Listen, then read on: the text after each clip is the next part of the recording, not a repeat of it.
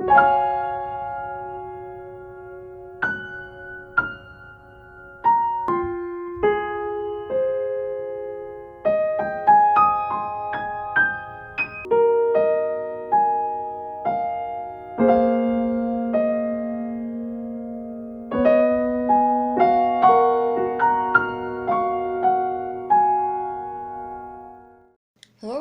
everyone, in today's video I will show you how to remove stuck oil paint cups. First of all, you can try to open your cup with boiled water. For this you can put your tube to the boiled water for minutes and try to open your paint. If this is not working, you need to try some more hard metal.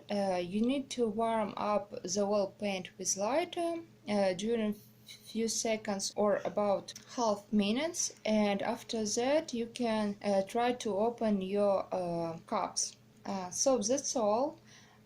If my video was useful for you, click to the like button and subscribing. Goodbye and see you in the next video.